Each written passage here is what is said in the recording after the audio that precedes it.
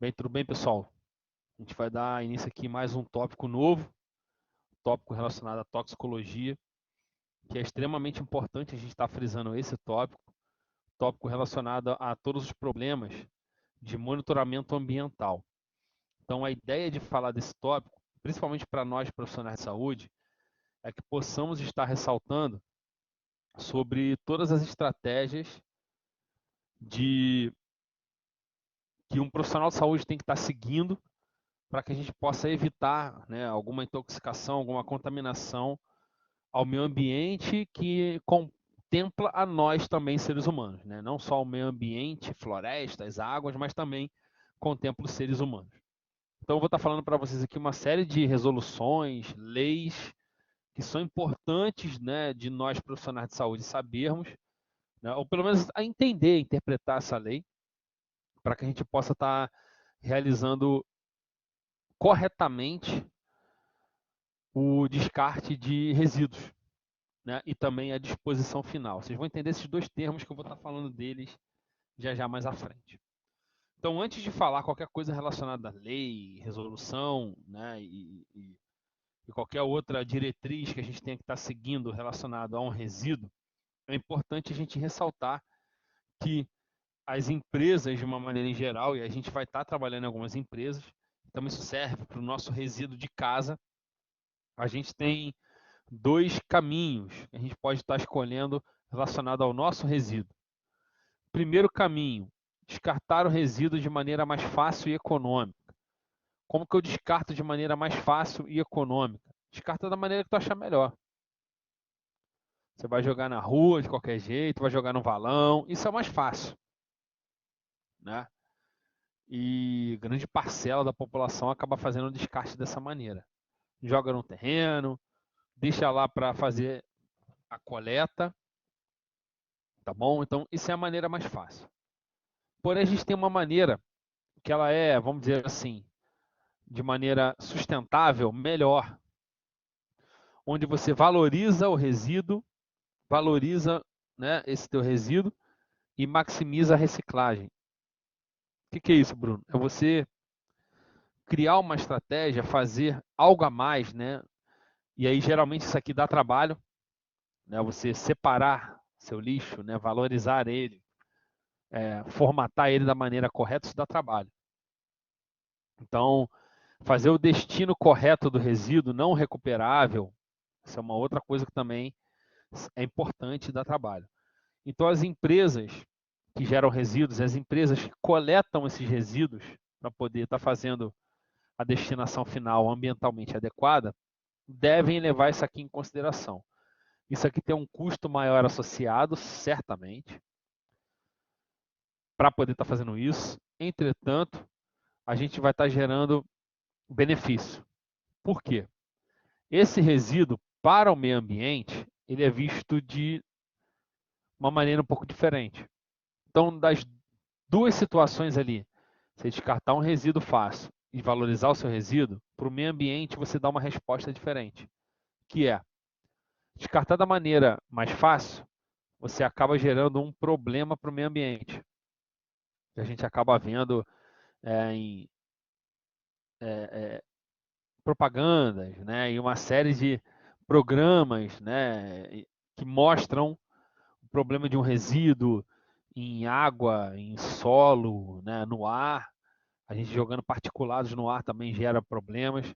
Então, você descartar seu resíduo de maneira convencional e fácil para você, isso é um problema para o meio ambiente, que daqui a pouco reflete em você.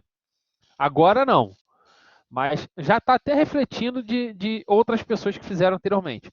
Mas daqui a pouco você vai estar tendo um reflexo grande, né, lá na frente. Agora, quando você faz uma valorização do resíduo, né, uma alteração do resíduo, você acaba gerando uma oportunidade ao meio ambiente, né, que contempla nós, ou seja, uma oportunidade de viver melhor. Então você valoriza, você reutiliza, coloca o rejeito no local indicado, no local específico. Isso faz com que a gente tenha mais oportunidade no futuro de ter viável mais a natureza, mais água, mais árvores, tendo um ar de qualidade. Então, isso a gente só gera uma oportunidade, tá bom? Bruno, então o que que é? Você falou resíduo, resíduo, resíduo, resíduo, resíduo. O que que é esse resíduo? Vamos lá, então tem uma definição para a gente estar enquadrando aqui em resíduo. O que que a gente pode estar falando? O que que é um resíduo? Resíduo é qualquer material oriundo do homem, de atividade antrópica do homem. Bruno, por que que a natureza não gera resíduo? Até gera, mas é muitíssimo pouco resíduo. Por quê? Tudo na natureza é reaproveitado. O homem que produz coisas que geram problemas para a natureza. Então, a gente pode dizer que a culpa é nossa. Então, qualquer sobra de um processo produtivo que não pode ser reutilizado, e aí vai acabar sendo descartado, tem que ser descartado da maneira correta. Porque se não for feito o descarte da maneira correta, você vai gerar problemas para o meio ambiente. Para isso, existe uma série de regulamentações, tá? Onde as empresas têm que seguir, nós profissionais de saúde temos que conhecer para estar fazendo todo o segmento, né, dessas diretrizes que são importantes para gerar uma qualidade ao meio ambiente. Não vou nem falar qualidade de vida, mas qualidade para o meio ambiente. O meio ambiente ele precisa, né, ter a oportunidade de estar seguindo da maneira que ele deveria estar seguindo normalmente. Então, a gente tem uma lei, que é uma lei que vai competir a todos nós, que é a Lei 12.305, que é chamada de Política Nacional de Resíduos Sólidos. Ela é de 2010. Então, eu separei para vocês alguns artigos, né, alguns parágrafos que explicam um pouquinho da ideia de resíduo e de estratégias que as empresas, e aí compete a nós, porque seremos certamente profissionais responsáveis técnicos dessas empresas, então compete a nós estar fazendo também o gerenciamento desse resíduo. Então, essa lei tem no artigo 1º, que fala que ela vai descrever, durante toda a lei, a gente vai estar vendo o quê? Princípios, objetivos e instrumentos de gestão e gerenciamento do meu resíduo, além de responsabilidades que a gente pode estar dando, aplicando, né, aos geradores do resíduo, ao poder público e aos instrumentos econômicos aplicados. O que que é isso? Multa. Tá? Então, a gente gera responsabilidade a quem gerou aquele resíduo, a quem promoveu o aparecimento daquele resíduo e ao poder público, né? E ele tem esse caráter de estar fazendo esse gerenciamento. O artigo 3º tem, né, a descrição de alguns tópicos que serão repetidos durante a lei e que servem para a gente entender um pouquinho sobre a ideia dos resíduos. Então, vamos lá. Peguei alguns parágrafos aqui que são importantes para descrever tópicos cruciais para a gente estar entendendo essa lei. Primeiro tópico, que é o parágrafo 7. Destinação final ambientalmente adequada. Vamos lá, Bruno, o que é isso? É jogar fora? Então, a gente tem algumas definições que se enquadram para essa destinação final. Então, o que é destinar um resíduo? É você pegar ele e levar para um lugar onde ele vai ser utilizado. Então, ele pode ser reutilizado, reciclado, pode ser feita compostagem, né? Ele pode estar gerando aí adubo, recuperado ou algum aproveitamento energético, tá bom? A gente pode estar fazendo algumas dessas estratégias e dessas estratégias elas vão seguir, né, órgãos competentes como o CISNAMA, o SNVS, a SUASA, e esses órgãos vão estar regulamentando essa reutilização, essa reciclagem, compostagem, recuperação, aproveitamento energético. Entretanto, às vezes, nesses processos aqui de tentar um aproveitamento, né, um novo uso para aquele resíduo, a gente acaba tendo o rejeito. Então, o que é o rejeito? O rejeito é a sobra. Então, você pegou lá um produto, usou ele, sobrou alguma coisa. Se você conseguiu reaproveitar, reciclar, compostar, recuperar O que sobrou, a gente chama o que sobrou de resíduo, porque ele pode ser reutilizado. Agora, quando o meu resíduo é gerado e eu não consigo mais utilizar ele para nada, ele não é mais um resíduo, ele é um rejeito. Então ele tem que ser descartado no local correto. Então, quando eu tenho rejeito, eu vou fazer o que a gente chama de disposição final, tá bom? O que é disposição final? Aí está aqui embaixo, né, no oitavo aqui, a disposição final. O que é isso? É você pegar o rejeito e descartar em um local específico. Então, eu vou marcar tudo que é tudo. O rejeito vai ser levado para um aterro, seguindo as normas daqueles órgãos. E a norma daqueles órgãos serve para quê? Para evitar danos e risco à saúde pública e diminuir o impacto ambiental. Então, não é só você pegar o rejeito e jogar no lixão, tá? No aterro. O aterro, a gente vai ver lá na frente, ele é planejado. Para quê? Mesmo que seja um local de descarte, ele também tem que evitar o impacto ambiental no entorno dele, tá bom? Então, destinação final é você pegar a sobra e aproveitar. Disposição final, tentou aproveitar e aquela continua tendo uma sobra, só que aquela sobra não pode ser aproveitada. Aí ela virou um rejeito, não é mais um resíduo. E aí isso vai ser levado para um aterro sanitário. Outra coisa que eles pontuam aqui dentro da lei 12.305 é o gerenciamento do resíduo, onde a responsabilidade, né, das empresas realizar o conjunto de ações desde a etapa da coleta do resíduo, transporte, transbordo, tratamento, destinação e disposição final. Ou seja, criar estratégias de como você vai estar fazendo isso. Ok? A gente tem uma outra coisa que é pontuada aqui, que é chamada de logística reversa, que é a aplicação dessas ações. Então, a logística reversa, ela é o quê? São aplicações dessas ações, procedimentos e meios que vão viabilizar o quê? A coleta e a restituição do resíduo ao setor empresarial. Então, a logística reversa, ela tem uma responsabilidade do setor empresarial. É a responsabilidade de quem gerou o resíduo pegar ele de volta. Exemplo, você tem uma embalagem, isso pela lei, tá, gente? É bom deixar bem claro isso. Você tem uma embalagem de um produto, só que tu quer vender o produto. Porém, para comercializar ele, você precisa comercializar ele numa embalagem. Então, você tem a embalagem, mas você não quer vender a embalagem. Porém, para o teu produto ir, você tem que dar o quê? Junto com ele? A embalagem.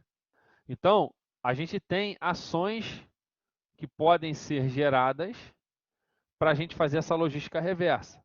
Por exemplo, a gente tem o que comentaram aí como a Coca-Cola retornável.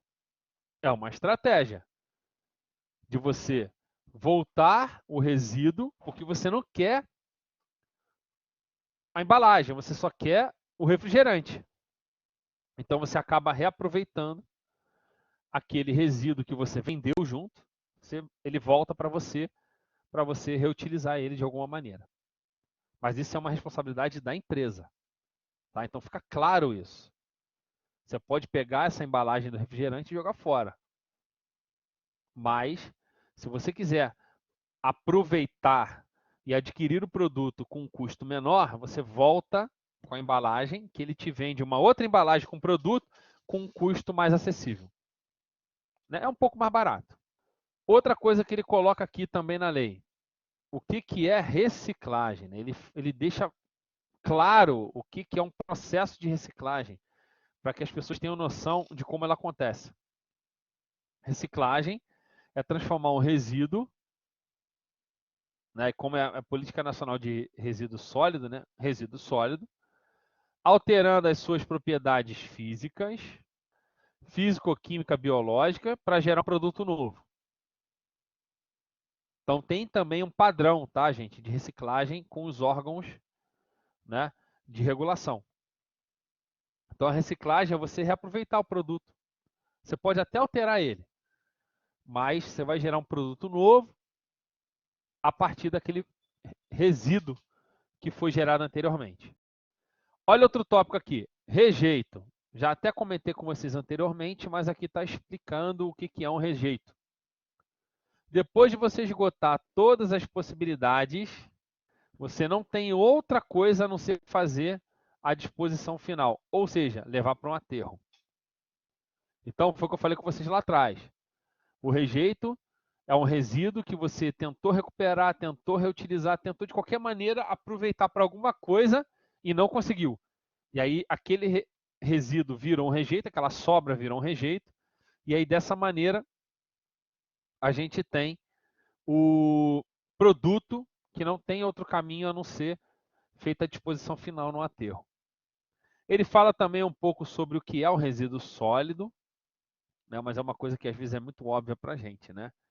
Material, substância, objeto, descartado, resultante de atividade humana e sociedade. Tá? A gente pode levar ele para a destinação final, né, para ser reaproveitado.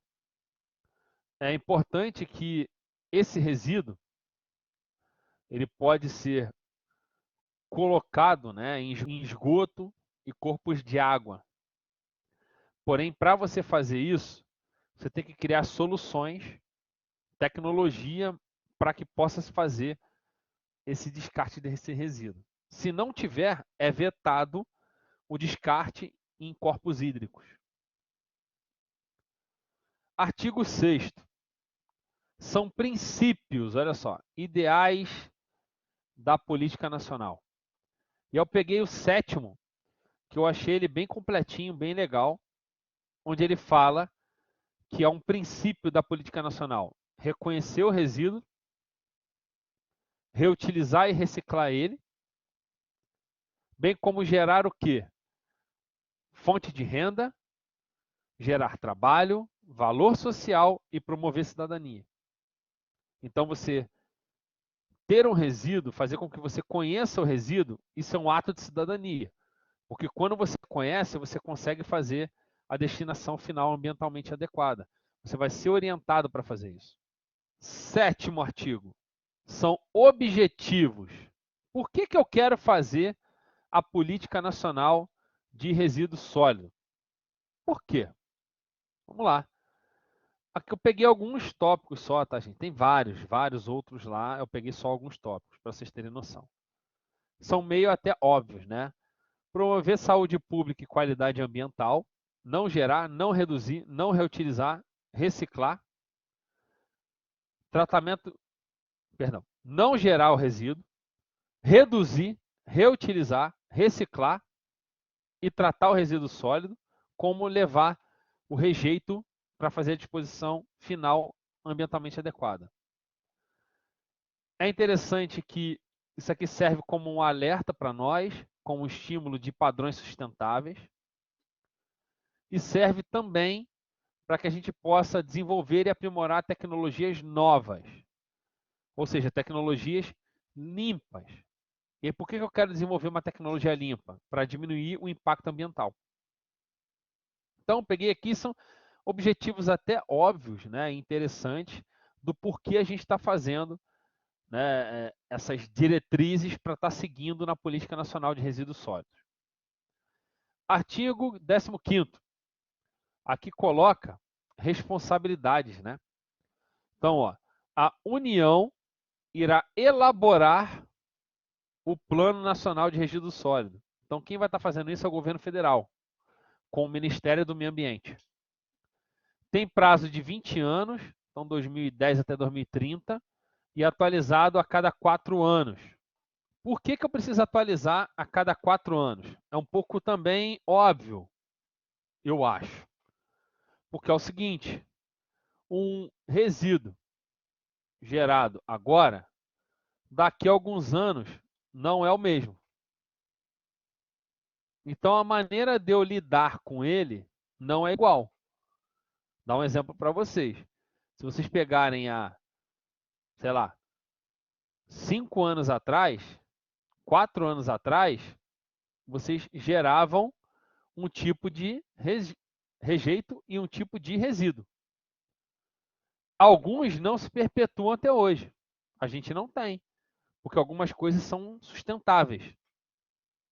Então, por exemplo, vou pegar um exemplo aqui para vocês que vocês vão pegar bem. Sacolas plásticas. A gente tinha o quê? Sacolas plásticas que eram de um material plástico não biodegradável, sendo utilizadas em mercados. Hoje, se criou toda uma política, um movimento de utilização e criação de sacolas, que são sacolas biodegradáveis, de milho, de aipim, a gente tem várias, que duram menos tempo no meio ambiente, e a utilização de sacolas retornáveis. Para você ver, o plástico chegou, mas quando, por exemplo, eu era criança, eu cansava de ver sacos de papel para transporte de substâncias, e não sacos plásticos. O papel é mais biodegradável e ele dissolve mais rápido que o plástico. Então, se a gente pegar lá um resíduo gerado há muitos anos atrás, que era o papel, que era melhor, depois entrou o plástico. E agora a gente está mudando a ideia da utilização do plástico.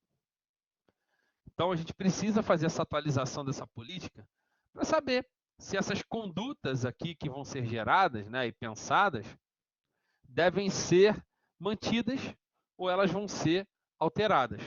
Então, o que é feito, né, pela União a cada 4 anos? Então, está aqui uma série de estratégias que são pensadas, eu vou marcar todas, que são todas, né, para se atualizar a lei. Então, vamos lá. Passou-se 4 anos. O que deve ser feito? Diagnóstico da situação atual do resíduo. Como é que está esse resíduo hoje? Quais são os novos? Será que tem alguma coisa nova que pode nos ajudar? Tem alguma tendência internacional? Será que tem alguma meta que a gente pode estar criando para melhorar? Meta de redução, de reutilização, de reciclagem? Será que tem alguma meta que a gente pode estar criando ou colocando para um aproveitamento energético de gases gerados em unidades de disposição final? Porque quando você coloca um rejeito, gera gases.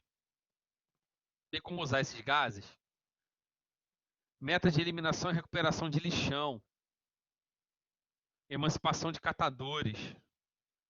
Projetos e ações de atendimento de metas, então planejamento. Então, isso aqui são tópicos que são abordados, tópicos que são sempre revisados. Para quê? Para que a gente possa estar criando uma política mais atualizada. Baseado nesses tópicos aqui, claro, e outros tópicos que são colocados na lei, a gente vai estar observando para gerar uma atualização. Artigo 32º fala sobre especificamente de embalagens. Isso aqui é uma coisa que talvez muitas pessoas não conheciam. Então vou marcar aqui, ó. Cabe aos respectivos responsáveis, ou seja, quem gerou a embalagem, assegurar que elas sejam. Então tem condições que fazem com que a embalagem seja utilizada. Então tem que ter volume e peso de acordo com as dimensões requeridas para aquele produto, para que ele possa ser protegido. Então, o conteúdo dentro tem que estar condizente, o peso condizente, para que o produto seja comercializado com segurança. É importante, ó, projetar de forma a serem reutilizadas. Então, eu crio uma embalagem sabendo que ela vai ser reutilizada, como o exemplo que eu dei do refrigerante retornável. Ou eu crio a embalagem para que ela seja reciclada. Então, isso é responsabilidade, gente, do fabricante. Ele cria uma embalagem, mas a embalagem tem que ser ambientalmente adequada. Ou vou reutilizar a mesma embalagem, ou vou reciclar ela para utilizar ela em alguma outro produto ou o mesmo produto. Artigo 33º. As empresas são obrigadas a estruturar e implementar a logística reversa de forma independente do serviço público de limpeza urbana. Quem vai fazer, quem é obrigado, está aqui, ó. Quem é fabricante, quem é importador, quem é distribuidor e quem comercializa o que, Bruno? Está pontuado aí do ponto 1 ao ponto 6. Então, quem fabrica, importa e distribui agrotóxico, pilha e bateria, pneu, óleo lubrificante, lâmpada fluorescente e produto eletrônico. Quem fabrica, importa, distribui e comercializa é obrigado, olha lá o tópico do artigo 33º, obrigado a criar uma logística reversa. Então, se eu sou uma pessoa que está vendendo, por exemplo, pneu, eu tenho que ter alguma estratégia para pegar esse pneu que talvez não seja mais utilizado, que ele possa voltar lá para o fabricante criar alguma estratégia. A gente tem hoje, por exemplo, a aquisição de pneu, que o pessoal fala muito que é a base de troca. Mas tu for lá sem o teu pneu, tu compra o outro. Eles colocam a base de troca porque eles são obrigados a pegar o pneu e voltar para ser reutilizado. Agrotóxico, embalagem de agrotóxico, é a mesma coisa. Pilhas e baterias, a mesma coisa. Então a gente tem uma série de produtos onde o comerciante, distribuidor, o fabricante, o importador, ele é obrigado a criar essas estratégias. Vamos para o capítulo que é bem legal, capítulo 4, 6º da lei, onde fala sobre as proibições. O que eu não posso fazer com o meu resíduo sólido? Então, são proibidas as seguintes coisas, né? As seguintes maneiras de fazer a destinação e a disposição final do resíduo ou do rejeito. Não pode lançar em praia ou mar, ou qualquer corpo hídrico. Lançar in natura a céu aberto, exceto resíduo de mineração. Ou seja, você pode lançar em céu aberto resíduo de mineração e o resto não pode. Queimar a céu aberto ou em recipiente instalações e equipamentos não licenciados para essa finalidade. Aí eu vou lembrar aqui uma coisa que a gente via muito. Eu cansava de ver, minha avó cansava de fazer isso. Juntava as folhas todas e botava fogo. Alguém tem um vizinho assim? Certamente tem. Então, é proibido a pessoa fazer isso. Você tem que fazer o quê? Tem que pegar as folhas, juntar, acondicionar em um saco e o pessoal da limpeza urbana leva. A gente está, por exemplo, agora numa época do ano que está acontecendo muito isso, né? Queda de folhas no outono. Então as ruas ficam cheias de folhas. Então não pode queimar. Qualquer outra forma vetada do poder público, qualquer coisa que o poder público fala não pode, é que não pode mesmo, tá? Tem exceção, Bruno? Tem. Então, por exemplo, quando é decretada uma emergência sanitária, a queima do resíduo é autorizada. Porém, você vai autorizar em locais específicos. A gente teve, algum tempo atrás, né, quem mora aí na região da Baixada Fluminense, lembra que teve, algum tempo atrás, um problema de coleta de resíduo, né? Por empresas de coleta de resíduo urbano. Então, o que aconteceu? Foi decretada, né, uma emergência sanitária, porém as pessoas acabavam fazendo o quê? Queimavam em frente de casa o lixo. Isso não pode. Tem que ter um local específico, né? E quem vai fazer essa queima são os órgãos responsabilizados. As pessoas acabavam queimando porque estavam com problema de coleta de resíduo urbano. É também assegurado a impermeabilização em bacias de decantação de resíduo e rejeito ou de mineração. Mas essa impermeabilização, ela deve ser feita para evitar a contaminação de lençol freático.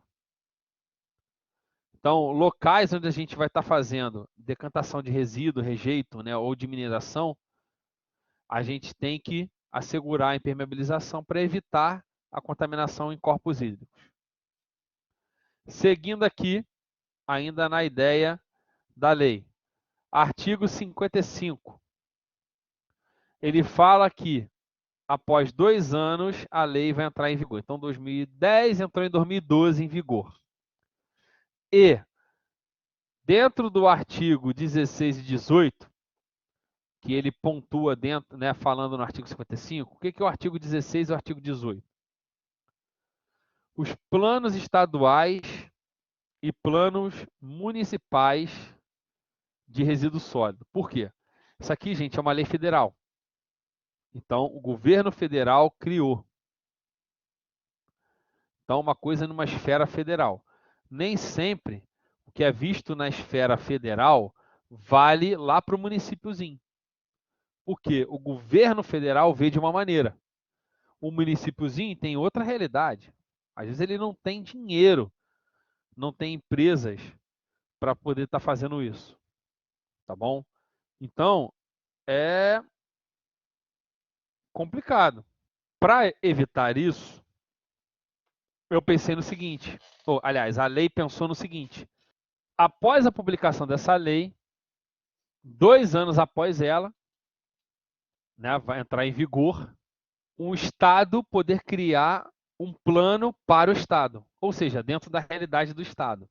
E, se não criar para o Estado, o município pode criar essa política nacional, essa política municipal de resíduo sólido. Porque o município, né, o prefeito da cidade, ele tem noção do que acontece na cidade. Coisa que às vezes o governador não vai conseguir prestar muita atenção. Pode ser criado um plano municipal. Criou-se o plano municipal, Bruno, eles vão seguir o quê? O plano municipal ou a lei federal? O plano municipal. Bruno, se eu não criei o plano municipal, eu vou seguir o quê? Se existir o plano estadual. Porém, se não for criado nenhum nem outro, está a lei federal aí para o pessoal seguir sem nenhum problema. Não vai ter o que reclamar, porque não criou a política específica para a sua realidade. Esses resíduos, aí já é fora da lei, eles podem ser classificados. Então, a gente tem aqui algumas classificações dos resíduos.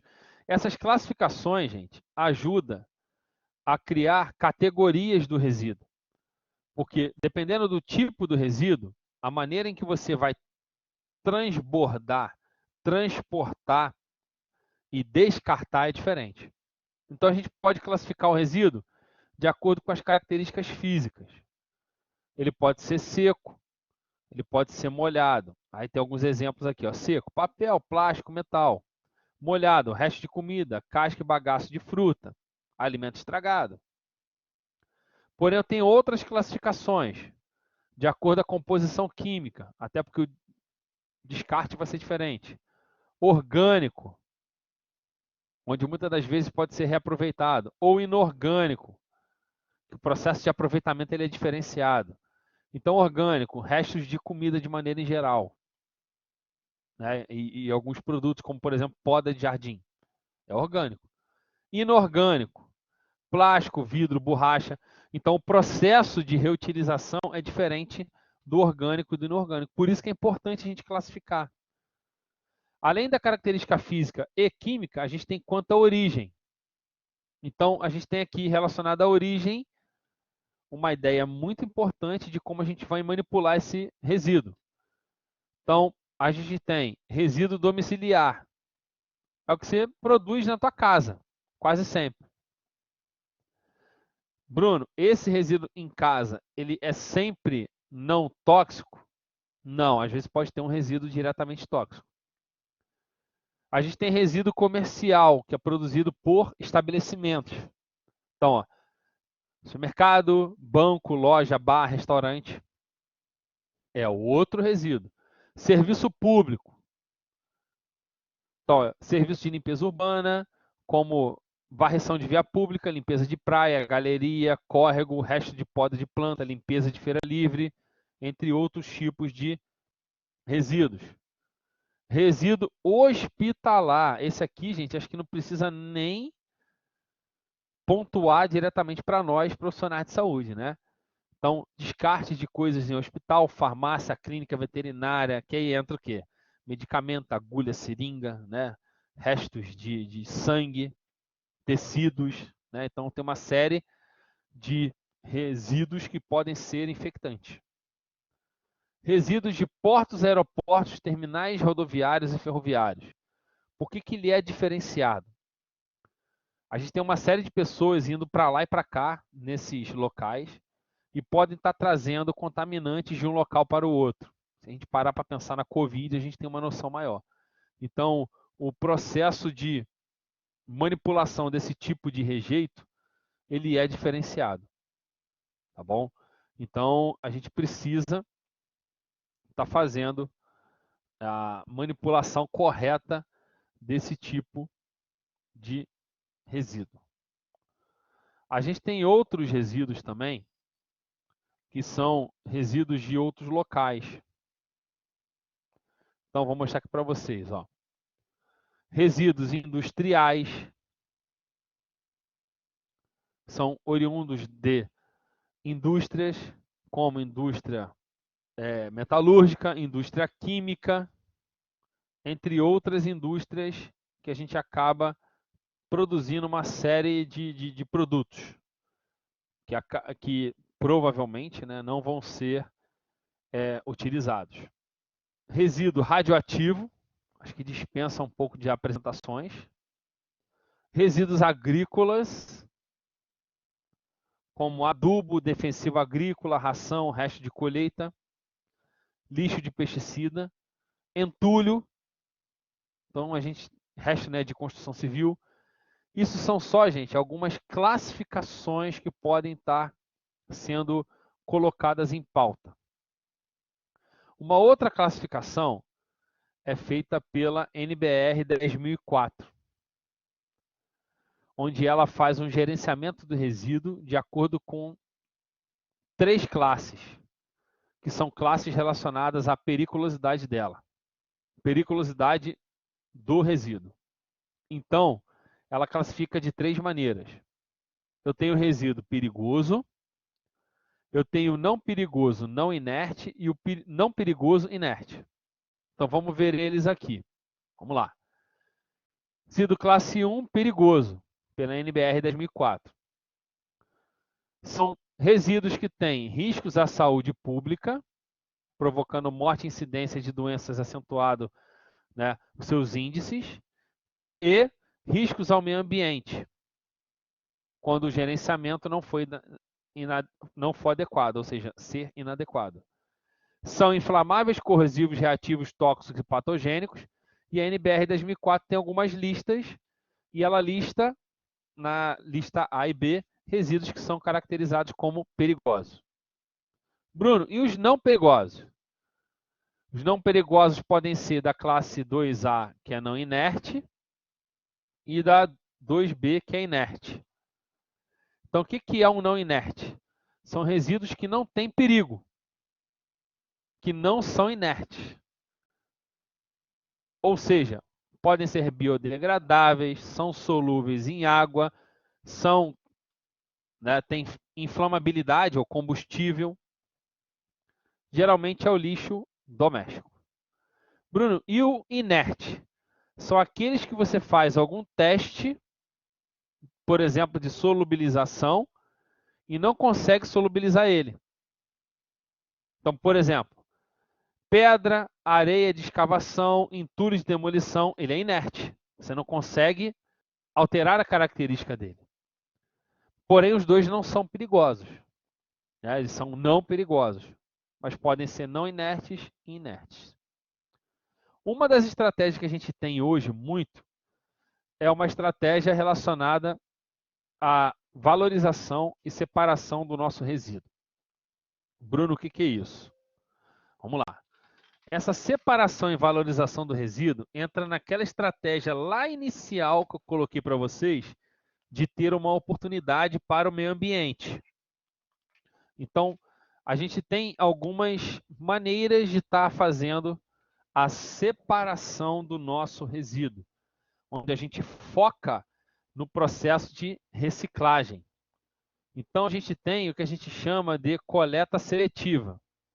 Certamente vocês já viram aqueles recipientes para poder estar fazendo o descarte do seu resíduo de maneira específica.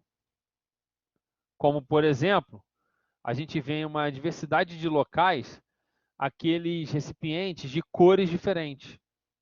Isso foi feito numa resolução do CONAMA, a resolução 275 de 2001, onde a gente tem, de acordo com a finalidade do produto, a gente tem um recipiente de descarte correto. Papelão, azul. Plástico é vermelho. Vidro é verde. Metal é amarelo. Preto é madeira. Laranja é resíduo perigoso. E assim a gente vai outras cores para os coletores específicos desse resíduo. Isso ajudando no processo de reciclagem. Acelerando o processo porque já está separado. Bruno, beleza. Porém, nós somos profissionais de saúde e a gente precisa saber sobre os resíduos em saúde. Quais são os resíduos em saúde? Vamos lá. A gente tem uma RDC, que é a RDC 306 de 2004 da Anvisa, que classifica os resíduos em saúde em 7 grupos. Vai do 1A a 1,4, grupo C, D e E. Então, vamos falar um pouquinho sobre esses grupos. Antes de falar sobre esses grupos, essa resolução, gente, ela é importante para classificar o resíduo em saúde. E quem vai fazer a coleta desse resíduo em saúde tem que saber que dentro daquele recipiente está aquele resíduo específico. Porque o tratamento, dependendo do resíduo, ele vai ser diferente.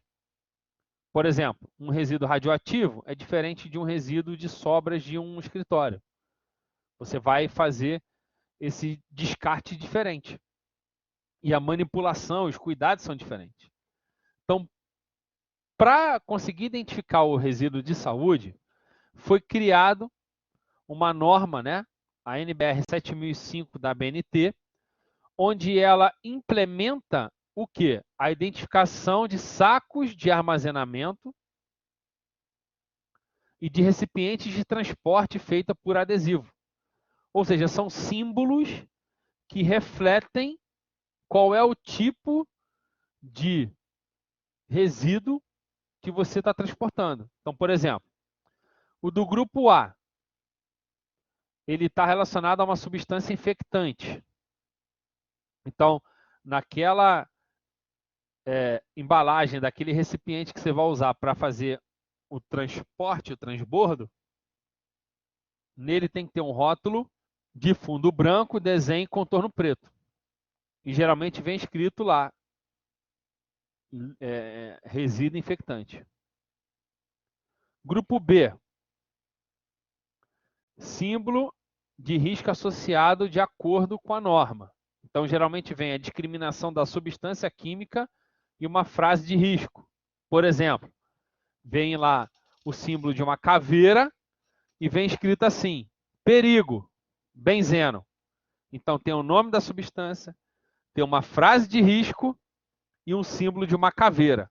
Pô, se olhando um recipiente que tem uma caveira, uma frase de risco escrito perigo e escrito benzeno, se você não souber o que é benzeno, tu vai tomar muito cuidado para entrar em contato com esse tipo de rejeito e resíduo.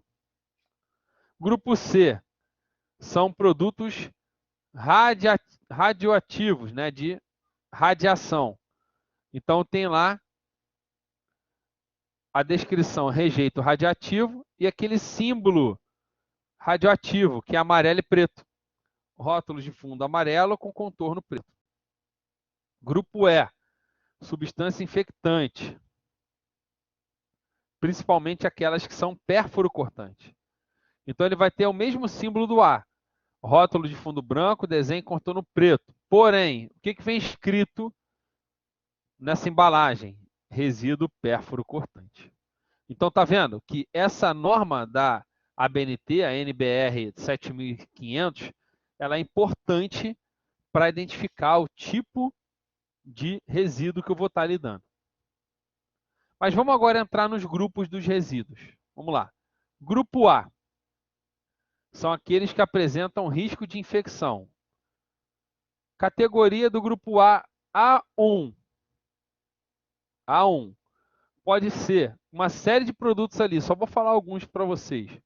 Ó, cultura e estoque de micro-organismos, vacinas com micro-organismo vivo ou atenuado, meio de cultura,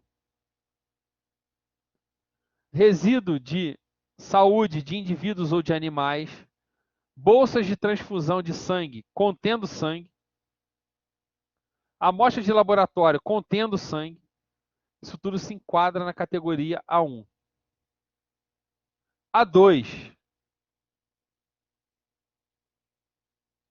carcaça, peça anatômica, víscera ou resíduo proveniente de animais submetidos à experimentação, onde você utilizou substâncias ou micro-organismos que podem ser infectantes.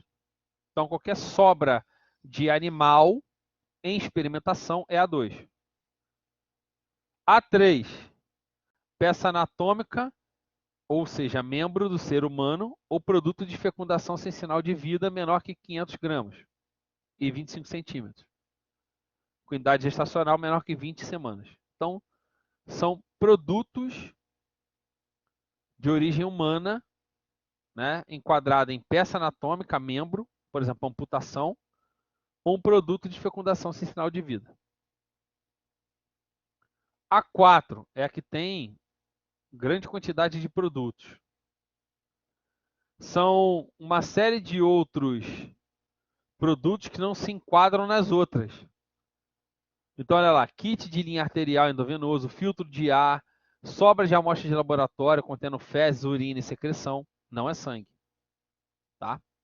Resíduo de tecido adiposo de lipoaspiração, material de assistência à saúde, que não tenha sangue, tá vendo? O sangue não entra aqui, é na outra categoria.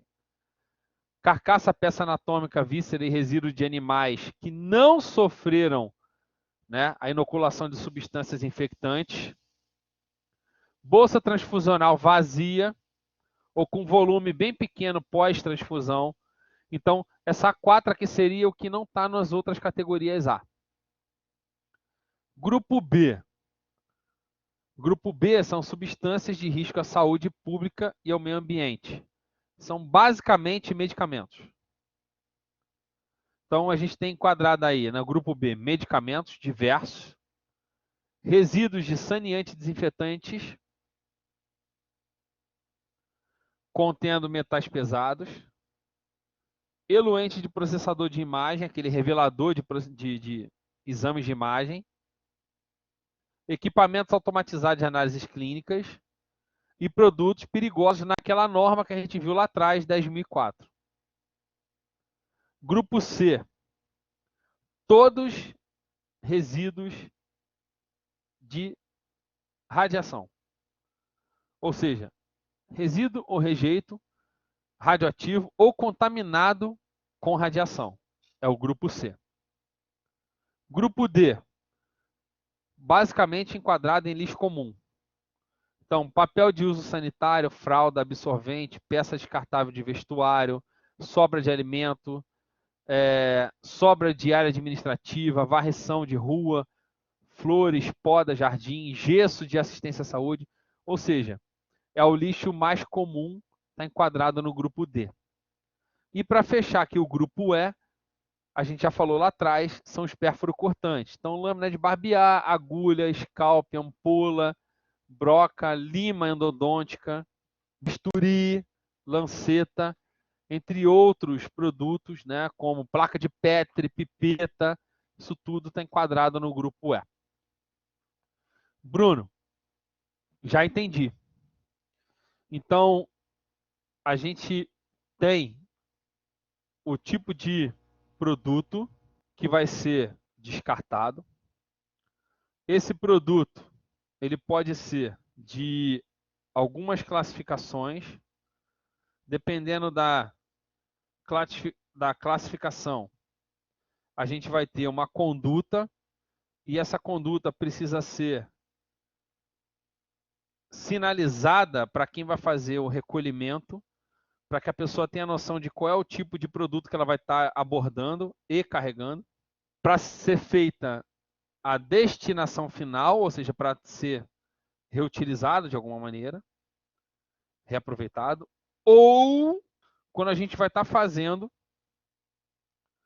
a disposição final. Lembrando, a disposição é quando você tem o rejeito, ou seja, quando você vai levar para o aterro. Bruno, você falou que mesmo você levando para o aterro, não é único e simplesmente você pegar e jogar lá no aterro. Correto? Exatamente isso. Então, você comentou também que o meu lixão ele precisa de algumas regras. Sim? Exatamente. Que regras são essas? Então, existe uma resolução do CONAMA que relata a disposição sobre o tratamento e a disposição final dos resíduos de saúde. Ou seja, está mostrando para nós que tem uma maneira de você ter um lixão, um local, onde você vai estar fazendo um descarte de resíduos de saúde. Então, tem algumas regras que a gente tem que seguir para poder alcançar isso. Bruno, que regras são essas? Vamos lá. Critérios para a disposição final de resíduos de saúde em aterro. Então, o aterro para resíduos de saúde, ele tem que ser diferente do aterro convencional, porque o resíduo de saúde, ele é extremamente infectante. Então, o que tem que ter nesse para o resíduo de saúde? Quanto à seleção da área, então, a empresa vai ter que selecionar a área específica para conter esse teu resíduo de saúde. Então, dentro dessa aí, não pode ter restrição quanto ao zoneamento ambiental, respeitar distâncias de ecossistemas. Então, pode ser aqui? Pode. O quanto que está longe de determinada floresta ou reserva ambiental. Quanto à segurança e sinalização. Então, falei da seleção da área. Agora eu vou falar de segurança e sinalização. Controle de veículos e pessoas. Então, lá no local, não entra e sai qualquer pessoa, qualquer gente. Tem sinalização e informes educativos de perigos associados. Não ultrapasse, perigo. Tem informes. Coisas relacionadas a aspectos técnicos, né, do local. Tem que ter sistemas de drenagem de água pluvial, disposição dos percolados, coleta de gases, impermeabilização e monitoramento ambiental. E a gente tem aqui como que vai ser feita essa disposição final. Então, ó, disposição dos resíduos. Eles são colocados no fundo desse local. Lá vai ocorrer a acomodação dos resíduos sem compactação, ou seja, vai empilhando um em cima do outro. Colocou um resíduo. Você vai fazer uma cobertura com solo, ou seja, você vai fazer uma disposição em camadas. Depois que você encher aquele local, você faz uma cobertura final e vai se ter um plano de encerramento daquele local, daquele, vamos dizer, aterro para resíduos de saúde. Aí você vai achar um outro local e seguir todas essas normas e regras aqui para se fazer uma disposição final. Tá bom? Não poderia deixar de falar para vocês sobre o descarte de medicamentos. Então, como eu falei para vocês, existem maneiras que devem ser feitas para se fazer o descarte de produtos. Porém, quando a gente fala especificamente de medicamentos, a gente tem algumas regras mais rigorosas.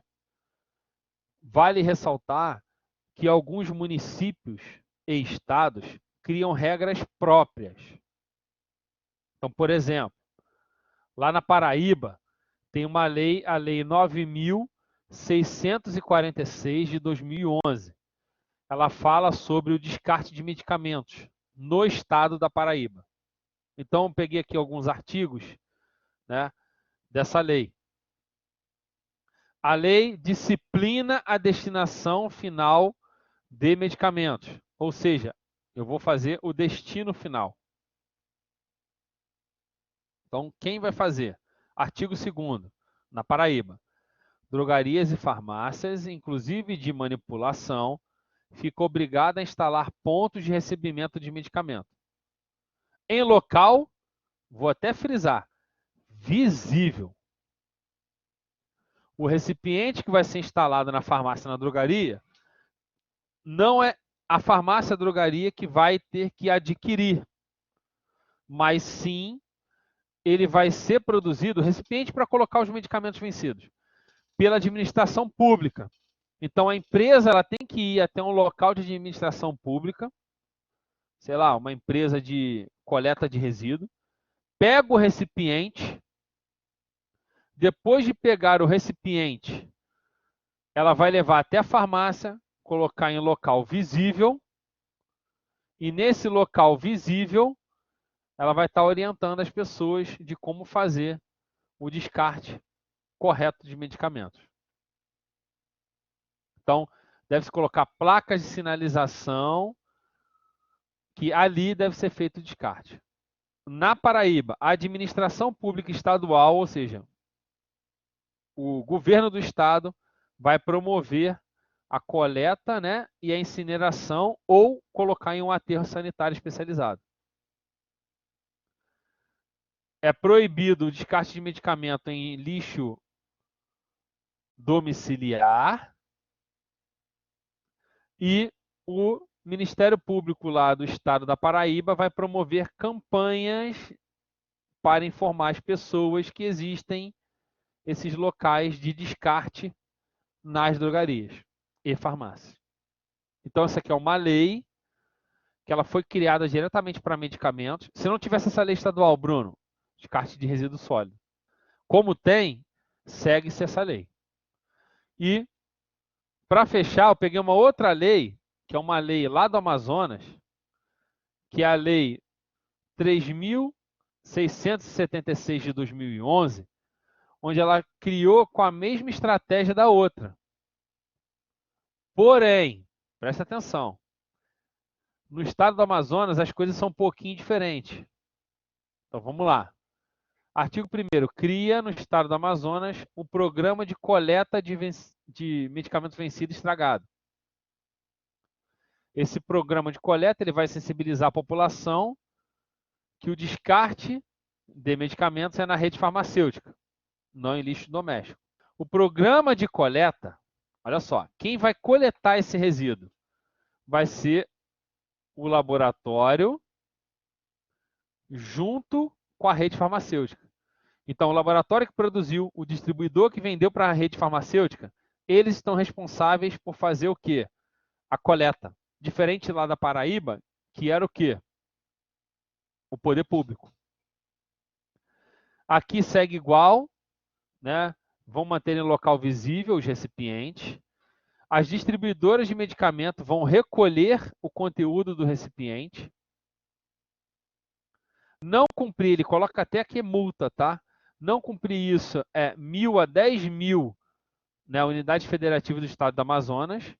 E a cada vez que for pego novamente na mesma infração, se dobra o valor da multa. Então, por exemplo, passou a primeira vez 1.000 unidades fiscais do estado de Amazonas. Se for pego de novo, a multa não vai ser mais 1.000, vai ser 2.000. Todas as despesas são exclusivas da empresa, da rede farmacêutica e dos laboratórios e distribuidores. Ou seja, o Estado não faz nada aqui. Aliás, ele faz, ele multa. Então você está vendo que a realidade ela é diferente. Então cada local vai ter uma responsabilidade de estar fazendo o quê? De estar observando a sua realidade e dentro da sua realidade está fazendo medidas para que lá ocorra, na verdade, da maneira que eles acham interessante, a destinação de medicamentos. Então, com isso eu fecho aqui com vocês a ideia de monitoramento ambiental. Certamente tem outras leis, outras regras, mas a gente fecha pontuando principalmente essa e essas que eu coloquei para vocês. Eu espero que vocês tenham gostado desse assunto que a gente discutiu hoje.